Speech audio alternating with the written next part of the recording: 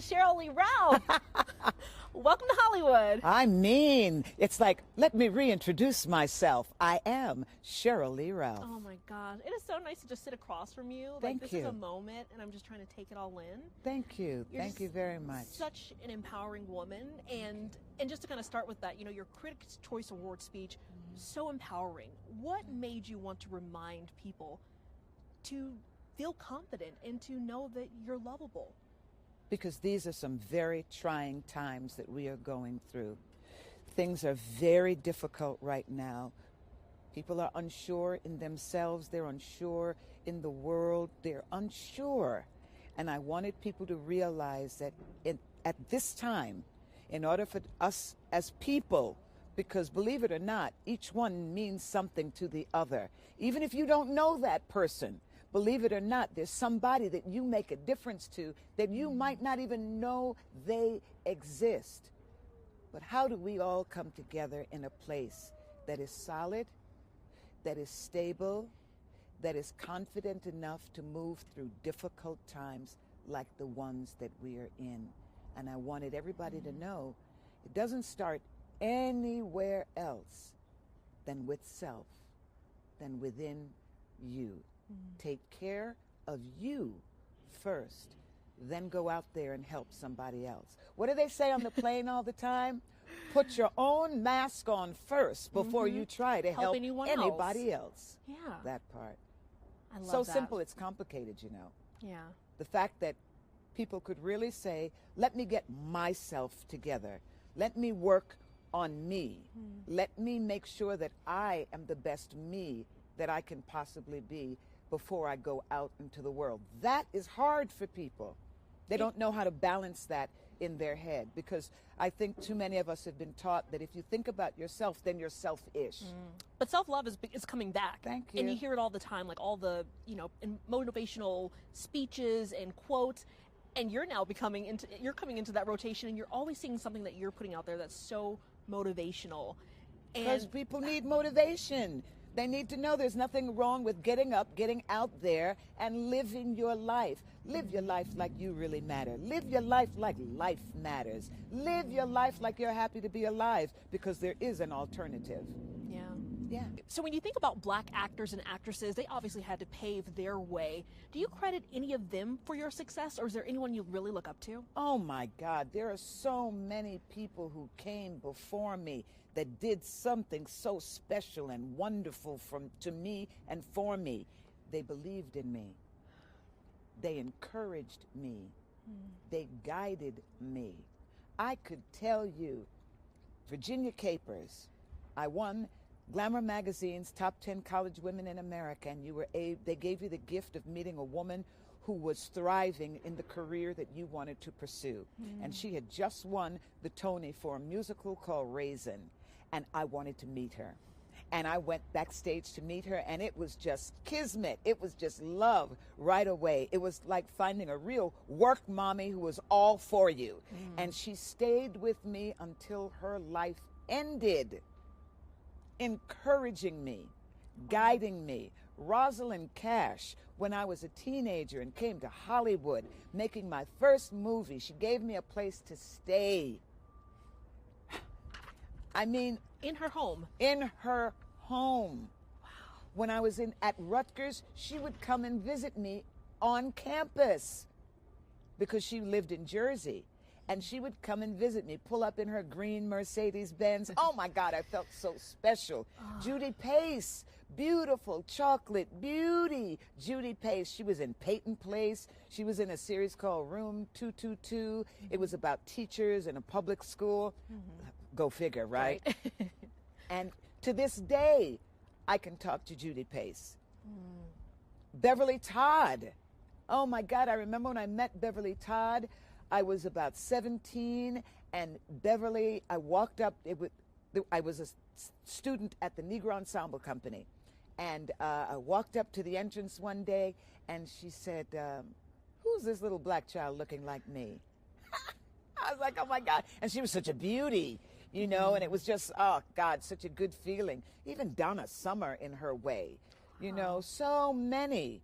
I mean, people always talk about women don't support each other. I can tell you that in my lifetime, a whole lot of women have supported me. Susan Taylor, Essence Magazine, Marcia, the first editor of Essence Magazine. Oh my gosh, the list for me goes on and on. I was empowered, I was encouraged, I was mentored, I was in their way loved. I love that they gave you so much validation earlier on. That is so important. Any career that you're in. That's right. Being validated does something to your confidence. Oh, absolutely. They made me know that I made the right choice and that I could do it. And when things got rough, they were right there to tell me, well, you think you're the first person it's been difficult for? Right. You either want this or you don't want this. I remember once Rosalind said something to me, fame is not for everybody. Fame is not for everybody. And she actually knew that because she was blackballed by the industry for daring to wear locks. She locked her hair, and they didn't want to hire her because of her unnatural hairstyle. Yeah. Isn't that crazy? And isn't now that crazy? It's the thing where... The Crown Act. Right. My hair, the way it grows out of my head, the way I choose to wear it. Do not judge me because you don't happen to like my hair. It's my hair. I hear you have a party trick where you can guess someone's age based upon the film or TV show that introduces someone to you. Isn't that crazy? Can we put you to the test? Come on. Okay, so for me, Sister Act 2. Okay, Sister Act 2, you are over 35, for sure. You're definitely not 40, but you're over 35. I'm 35. Come on, give me some. I'm telling you. You're good. I know. Oh my goodness. I'm blown away. I'm like, she's gonna, because everyone thinks I'm a lot younger than I look. So I'm like, she's gonna say I'm like 28, 30. You're good. No, I know by what it is people like. I know if it's dream girls, they're at least in their 50s. They're approaching their 50s. You know, I know that. If they are loving, Moesha, I used to be right on until I was on the set of Abbott Elementary, and one of the kids came up to me and they said, Miss Ralph, I love you on Moesha. And I was like, what the heck do you know about Moesha? You know about that. That was back in the 90s. They're watching it on Netflix now. It's had a rebirth. So it's like, I love the fact that through decades, through generations, there has been something in my career that has kept me current. Yeah. And that's an amazing gift because it doesn't happen a lot. I've been doing this since I was 19 years old. I have been a SAG member since I was 19. So that's my whole life in this industry, my whole life in show business. I love that. And you're now a Hollywood it girl. I mean, it's crazy. That's crazy, but you deserve it. How did that happen? I'm like,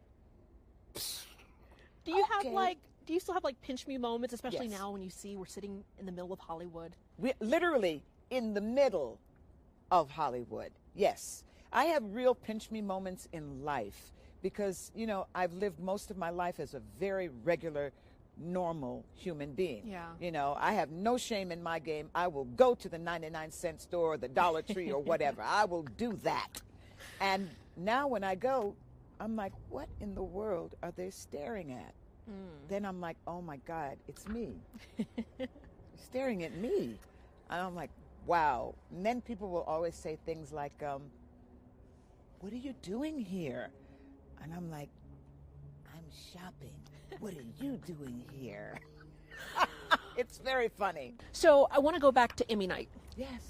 What a great night. September 12th, 2022. I know you'll never forget that. My life just flipped right over. I was in shock. So Amy Poehler calls your name. Yes. What was that moment like for you? First of all, I was listening to the whole thing, and I was like getting ready to be happy for somebody. I had no idea the person I was about to be really happy for was myself, because I honestly thought it was going to go to somebody else. And you sat there for a moment. Was that disbelief? You ever have those moments when you have to say, wait, is this happening? Am I dreaming? Am I in the dentist chair? Did I get too much gas? What's going on? And I realized, no, this is very real. She just called my name. I just won an Emmy. And being a person who likes to keep facts and things going through my head, I'm like, This has not happened in 35 years. The last person to get this award, black female, was Jackie Harry.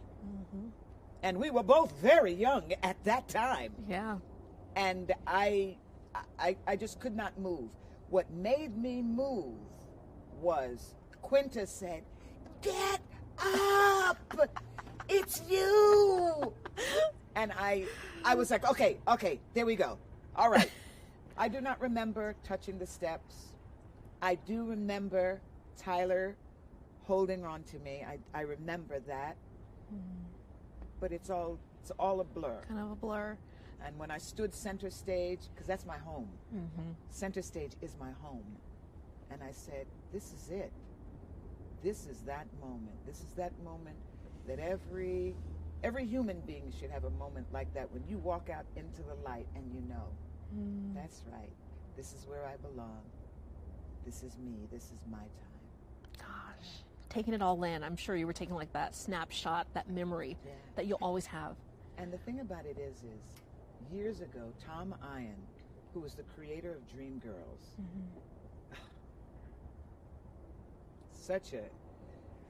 he was another person that really, really loved me and encouraged me.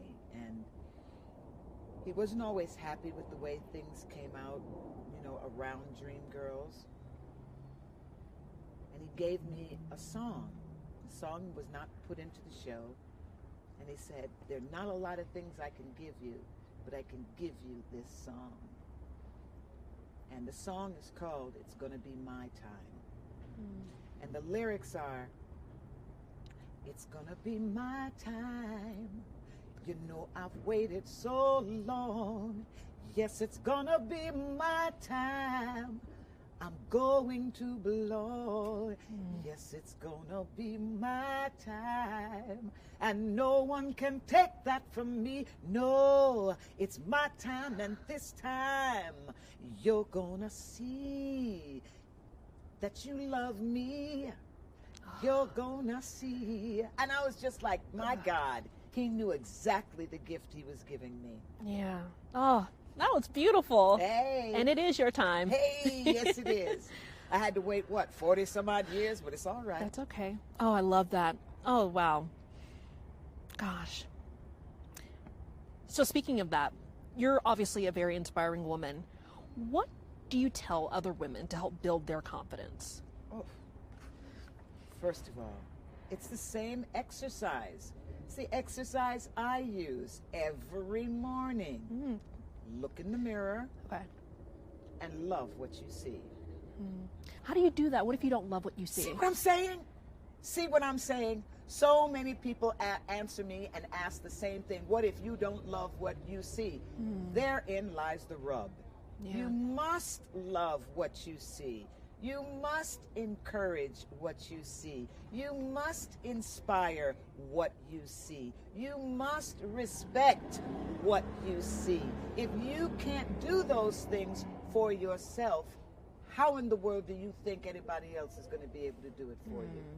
I think sometimes we let things get in our head, or we let society tell us things about ourselves, right? And then we start to doubt and start to think, well, I must not be, all this. If I listened to everything people told me about me, they used to say, you're too dark. Your body just goes in and out. Your lips are too big. Your hair is too nappy. Suppose I listened to them. Guess what? My natural hair is my thing, however I want to wear it. My lips are wonderful, and people pay good money for that. And now my body with its ins and outs are everything that everybody else wants and will pay for. You're beautiful. Thank you. Acknowledge it. You're Yes. beautiful. You are wonderful just the way you are. Wonderfully made. So you play Mrs. Barbara Howard. Yes, I do. Did you have a Barbara Howard growing up as a student?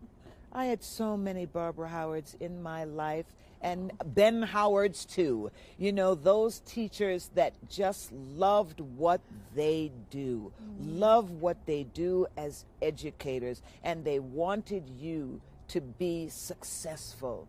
They wanted you to carry on. They wanted knowledge and education to be important to you. You know, I come from a time where education was considered the greatest equalizer.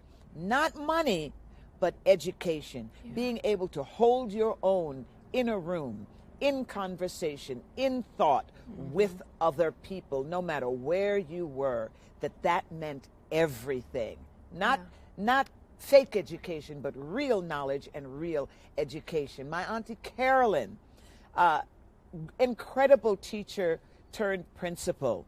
My dad, a lifelong learner and educator his whole life, from teacher to college professor. I mean, so many of them. My niece right now, getting her master's in education at NYU, carrying on the tradition. I come from a family of educators. That's my awesome. Brother, special ed teacher up in Albany. My sister-in-law, a retired principal, surrounded by educators, all of them.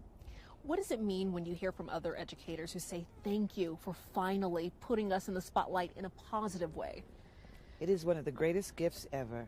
You know, my husband, Senator Vincent Hughes, has been fighting for the rights of students, children, to be able to get a great education no matter what their zip code is. And to have a show, and teachers love Abbott Elementary the way they are, and using their voices now to speak up for themselves as educators. It's making a difference. People are getting money. They're getting money in their states. There's money now in Pennsylvania for education that hasn't been used before. There's money in cities and states because of this show and educators using their voice. It's, you know, people talk about, you know, show business, it can be just for fun. No, show business can change a life. And Abbott Elementary is changing many students, many educators' lives, because we cannot be the great United States in America and not choose to educate all of our children very well. I'm so thankful for Quinta Brunson and Abbott Elementary. I don't know what to do. Yes, I do. I just carry on and sing our praises. Keep going. That's it. One last question. What else do you want to accomplish? More. I want to accomplish more. I want to be able to produce some moving, meaningful shows, TV, stage, film. I want to be a part of a legacy that others can look back on and say, Sheryl Lee Ralph, thank you. Yes, I want to tell stories that deserve to be told. Characters whose voices were dimmed or dulled or muted just because they were black. Yeah. Now's the time to tell those stories. It is, and I look forward to seeing that. Thank you. Thank you so much for your time. Thank you. This was fun.